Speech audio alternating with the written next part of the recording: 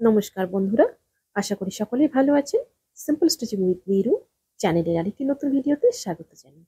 আজকে আমি আপনাদের সঙ্গে শেয়ার করব একটি প্রিন্সেস কাট ব্লাউজের কাটিং। ব্লাউজটি রয়েছে আমার 34 সাইজ এবং ব্যাক হুক, সামনের দিকটা পান গলা। আমি খুব সহজভাবে স্টেপ বাই স্টেপ দেখিয়েছি। আপনারা পুরো ভিডিওটি একটু মনোযোগ দিয়ে দেখুন। আশা করি খুব সহজেই আপনারা শিখে নিতে পারবেন। তবুও যদি কোথাও বুঝতে সমস্যা হয়, আপনারা অবশ্যই আমাকে কমেন্ট বক্সে জিজ্ঞাসা করবেন, আমি উত্তর দিয়ে দিব। দেখুন, কাপড়টিকে প্রথমে কিন্তু এইভাবে ভাঁজ করে নেব। বন্ধ দিকটা আমার নিজের দিকে রয়েছে, খোলা দিকটা আমার অপর সাইডে রয়েছে। সবার প্রথম নিয়ে নিব লম্বার মাপটা। লম্বার মাপটা নিয়ে নিব এখানে আমি 14 ইঞ্চি। ব্লাউজটি আমার 13 ইঞ্চিতে কমপ্লিট হবে, 1 ইঞ্চি চলে যাবে সেলাই মার্জিনে। 14 ইঞ্চি মাপ নিয়ে একটা এইভাবে লাইন টেনে নিলাম। প্রথমে কাপড়টিকে সমান করে নিলাম। যেহেতু আমার ব্যাক হুক রয়েছে, এখানে নিয়ে নিব হাফ ইঞ্চি। বন্ধ দিকটা যেদিকে রয়েছে সেই দিকটাই কিন্তু নিচ্ছি। হাফ ইঞ্চি এভাবে ওপর এবং নিচে দুটো মার্ক করলাম। মার্ক করে একটা লাইন টেনে নেব। এই হাফ ইঞ্চিটা কিন্তু হিসাবের বাইরে থাকবে। পেছনে যদি হুক করা হয় তবে কিন্তু এইভাবে হাফ ইঞ্চি বেশি রাখতে হবে, এক্সট্রা রাখতে হবে এটা। এবার এই হাফ ইঞ্চি বাদ দিয়ে শোল্ডারের মাপটা নিয়ে নিলাম 5.5 ইঞ্চি এবং আর্ম হোলও নিয়ে নিলাম 5.5 ইঞ্চি।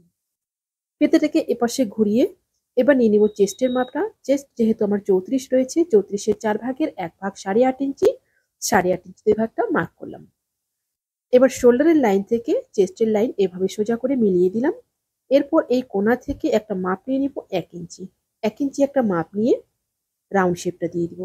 আর্ম হোলের ঠিক এইভাবে রাউন্ড শেপটা দিয়ে দিলাম। এরপর নিয়ে নিব কোমরের মাপটা।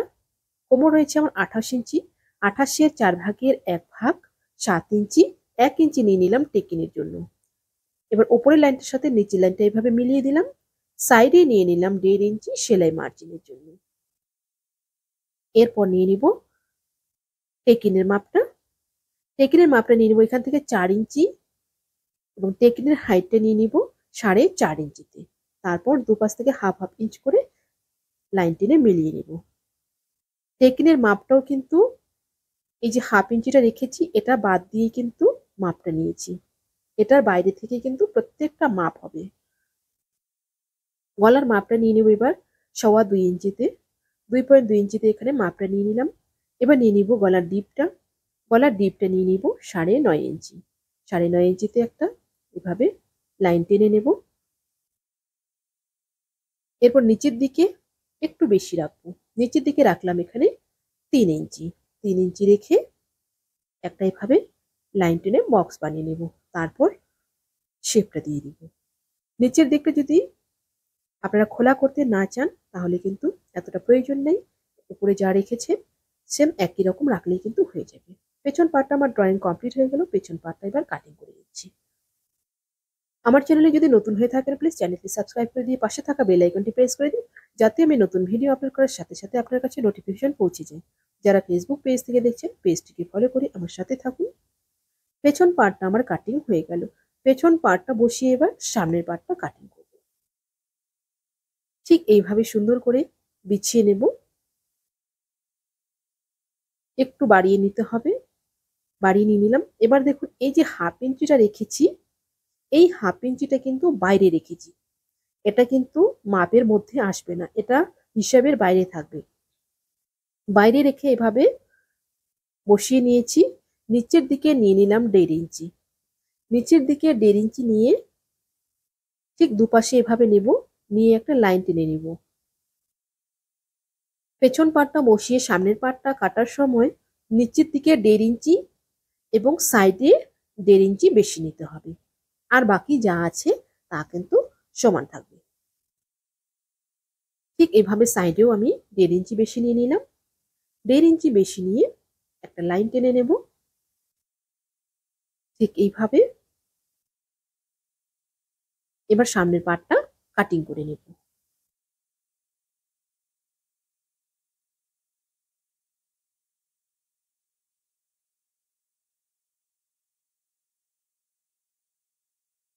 লাইন বরাবর এবার সুন্দরভাবে সামনের পার্টটা কাটিং করে নেব।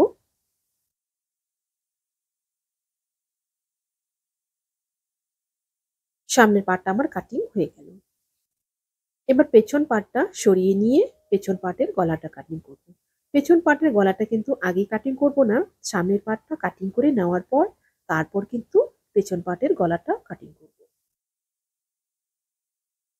পেছন পার্টটা আমার কমপ্লিট হয়ে গেল। এবার সামনের পার্টের মাপগুলো নিয়ে নিব। সামনের পার্টটা সুন্দরভাবে এভাবে খুলে নিয়ে সবার প্রথম নিয়ে নিচ্ছি তালপাটের শেপটা। তালপাটের শেপটা ঠিক এখানে আমি 1/2 ইঞ্চি দিয়ে দিব।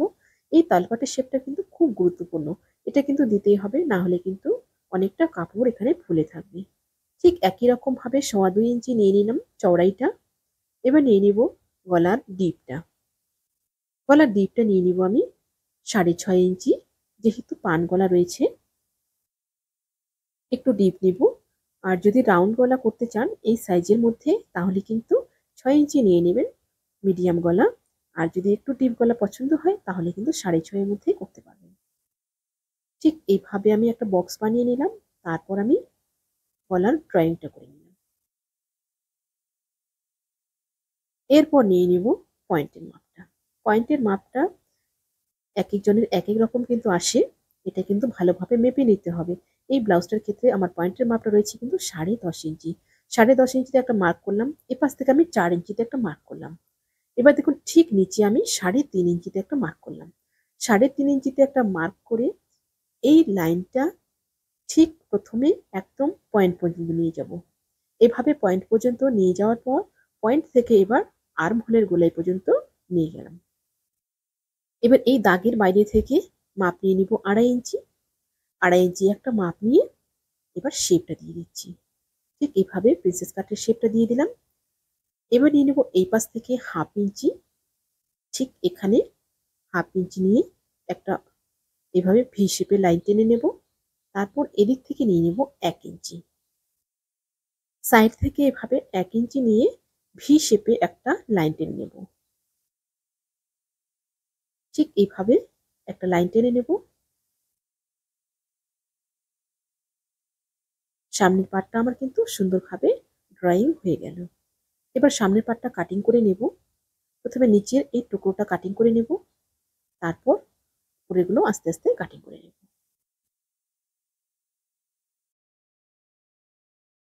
মার্ক অনুযায়ী এবার আমি কাটিং করে নিচ্ছি সামনের পার্টটা।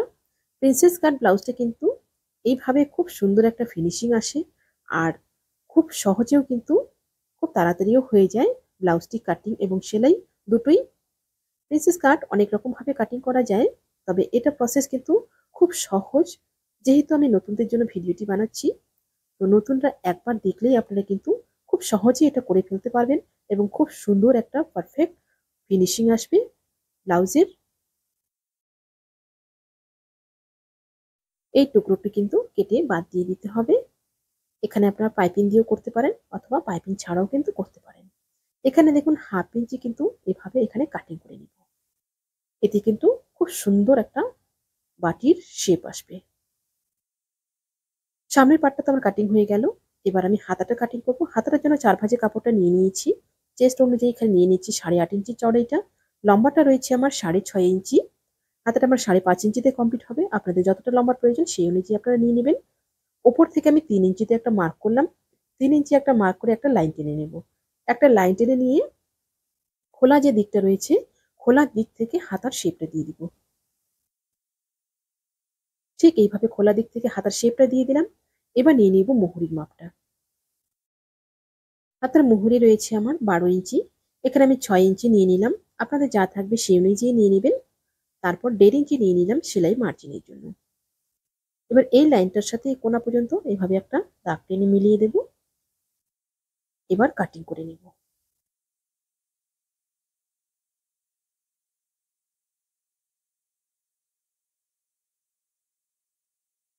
হাতাটা আমার কাটিং হয়ে গেল। এবার তালপাটের শেপটা দিয়ে দেব। তালপাটের শেপটা ঠিক এইভাবে 1 ইঞ্চি জায়গা ছেড়ে দিয়ে কিন্তু এইভাবে তালপাটের শেপটা দেব। এবার তালপাটটা কাটিং করে নেব। ব্লাউজের কিন্তু লাইলিনের সমস্ত পার্টগুলো আমার কাটিং কমপ্লিট হয়ে গেল। এবার লাইলিনের পার্টগুলো বসিয়ে বসিয়ে কিন্তু মেন ফেব্রিকটা কাটিং করব। প্রত্যেকটা পার্টকে দুভাঁজ করে বসিয়ে বসিয়ে নেব। মেন ফেব্রিকটা